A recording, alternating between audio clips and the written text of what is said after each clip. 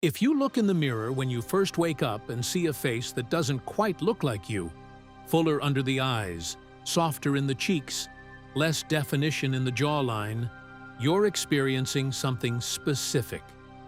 And it happens overnight, while you sleep. Most people assume it's aging, or they slept wrong, or they ate too much salt for dinner. But what's really happening is a phenomenon I call the mirror moment. Every night when you lie flat, your body redistributes fluid. It leaves your feet and flows back up. Where it settles by morning depends on your personal anatomy. For millions of adults over 60, it settles in the face. That's your morning fluid signature, and the mirror moment is when you see it. In the next 8 minutes, I'll explain why your face specifically holds this fluid, the 3 things during your night that make it dramatically worse, and the simple morning routine that resolves it for most of my patients within 2 weeks. I'm a board-certified internal medicine physician. I see this in my clinic every week. Once you understand the mechanism, the fix is much simpler than you think. Let's start with why your face specifically holds this overnight fluid. 3 things make the face particularly vulnerable to fluid retention as you age. First, facial skin is dramatically thinner than skin anywhere else on your body. The skin under your eyes, for example, is about 0.5 millimeter thick. Skin on your calves is closer to 2 millimeters. Thinner skin means even a small amount of fluid retention shows immediately. Second, the connective tissue in your face loosens with age. The collagen and elastin that once held facial fat and fluid in tight compartments become looser. Fluid that would have been contained in your 40s spreads more freely in your 60s. That's why the same amount of overnight fluid creates more visible puffiness now.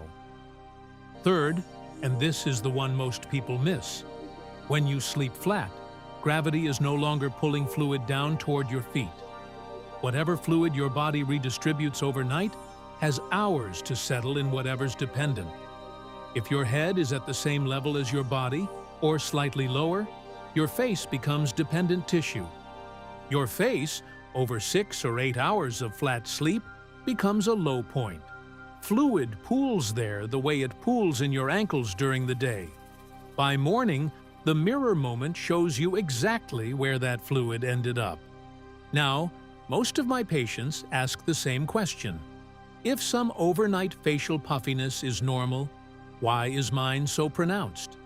3 specific things during your night make the mirror moment dramatically worse, and I'd bet you're doing at least 2 of them without realizing. The first is your pillow height.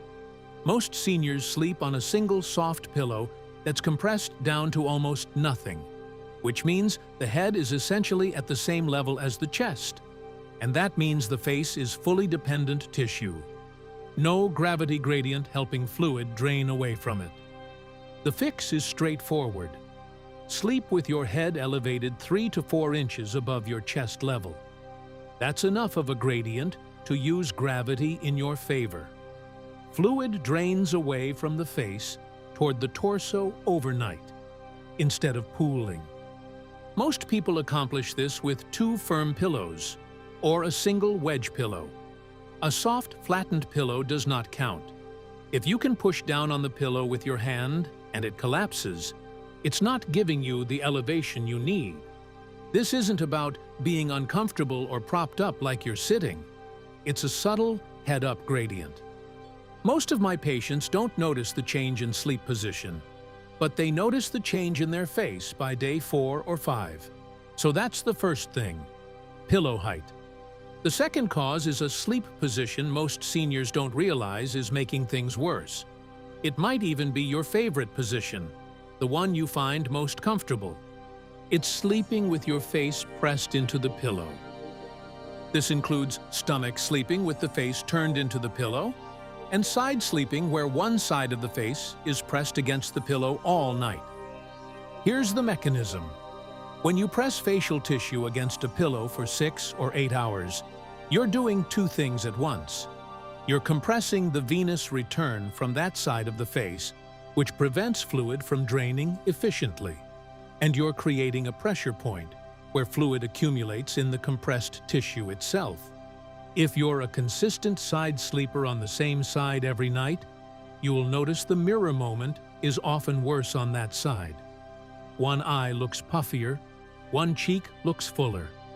That's not aging asymmetry. That's position-based fluid accumulation. The fix is to sleep on your back if you can, with your head elevated as we just discussed. If you can't sleep on your back, many people genuinely can't, alternate sides. Force yourself to switch after each bathroom trip or every hour when you naturally wake.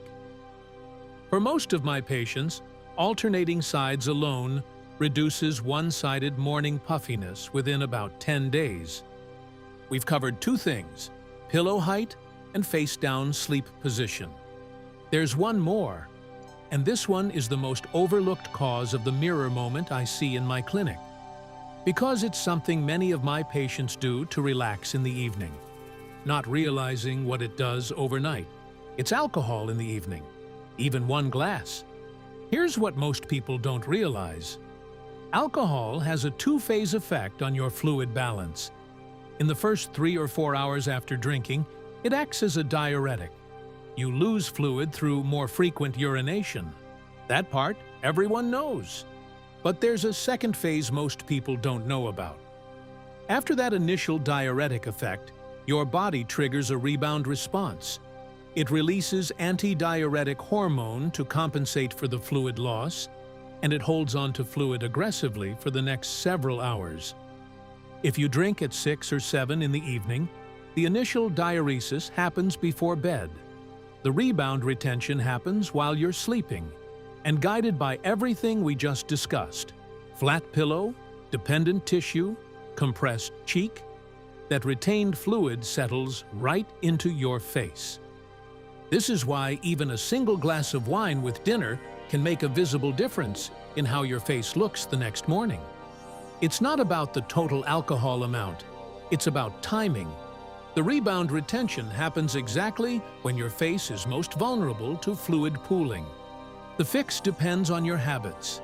If you drink socially, try to finish alcohol at least 4 hours before bed. That gets the rebound phase mostly out of the way while you're still upright. If evening drinks are a regular part of your routine, notice which mornings the mirror moment is worst. You may find it correlates. I'm not telling you not to drink. I'm telling you what's happening to your face when you do, so you can decide. So let's recap what's really happening with your morning mirror moment. Your face is uniquely vulnerable to fluid retention after 60. Thin skin, loose tissue, and dependent position while sleeping. 3 specific habits make it dramatically worse, and 3 simple changes turn it around for most of my patients within 2 weeks. 1. Elevate your head 3 to 4 inches above your chest, with 2 firm pillows or a wedge. Let gravity drain fluid away from your face overnight. 2. Sleep on your back if possible. If you're a side sleeper, alternate which side you're on. Don't compress the same cheek all night, every night. 3. If you drink alcohol, finish it at least 4 hours before bed. Let the rebound retention phase complete while you're still upright, not while your face is dependent tissue. Do those 3 things, and the mirror moment softens dramatically for most of my patients within 2 to 3 weeks. If your facial swelling is severe, if it appears only on one side of your face without a clear side sleeping reason, if you notice sudden facial droop, if you have shortness of breath, or if you gain more than 3 pounds over just a few days, don't wait. Call your doctor. Those signs can indicate a stroke, a heart or kidney issue, a thyroid problem, or an allergic reaction that needs medical evaluation. If this helped you understand what's happening with your face in the morning, please consider subscribing. I make videos like this every week. Clear, honest, jargon-free guidance on the things that matter most for healthy aging. And in the comments, I'd love to hear, which of these 3 changes are you going to try first? The pillow elevation, changing your sleep position, or shifting your evening alcohol timing? I read every comment. I'll see you in the next video.